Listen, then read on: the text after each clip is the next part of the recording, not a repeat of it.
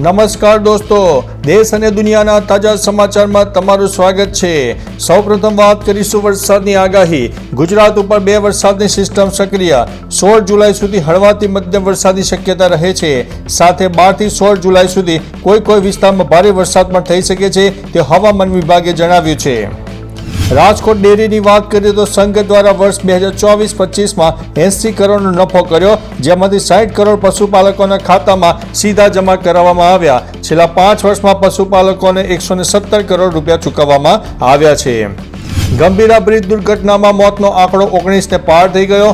2 હજુ પણ ગુમ છે। રેસ્ક્યુ કામગીરી હજુ પણ યથાવત છે। અમદાવાદમાં મોટો ધડાકો।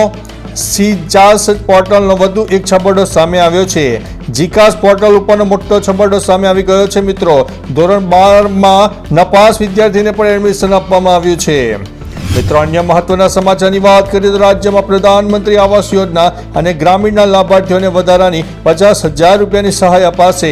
આ યોજના હેઠળ નાગરિકોને હવે 4 તબક્કામાં 1,70,000ની સહાય ચૂકવવામાં આવશે। વડોદરાની MS યુનિવર્સિટીમાં ફૂડ પોઈઝનિંગના કેસમાં મોટી કાર્યવાહી હાથ ધરવામાં આવી છે। MS યુનિવર્સિટીએ કોન્ટ્રાક્ટરને બ્લેકલિસ્ટ કર્યો છે। એક જ દિવસમાં શિલ્પા કેટરર્સનો કોન્ટ્રાક્ટ ટર્મિનેટ કરવામાં આવ્યો છે। હવેથી શિલ્પા કેટરર્સ યુનિવર્સિટીમાં કેન્ટીન ચલાવી શકશે નહીં। સોનલબેને સમગ્ર ઘટના વિશે વિગતે જણાવતા કહ્યું કે પુલ તૂટ્યો ત્યારે અમારી કાર પુલ ઉપર જ હતી અને પુલ તૂટી પડતા અમારી કાર નદીમાં ખાબકી। હું 1 કલાક સુધી મદદ માટે બૂમો પાડતી રહી।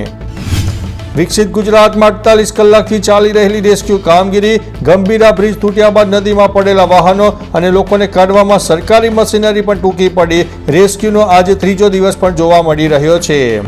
રાજકોટમાં PGVCLનો વધુ એક છબરડો સામે આવ્યો છે। 2 મહિને 1500 બિલ આવતું હતું, તે પરિવાર વીજ કંપનીએ 16,000 રૂપિયા બિલ ઠપકારી દેતા ગરીબ પરિવારના પગ તળેથી જમીન ખસી ગઈ છે। મિત્રો, અન્ય મહત્વના સમાચારની વાત કરીએ તો વરસાદની આગાહી।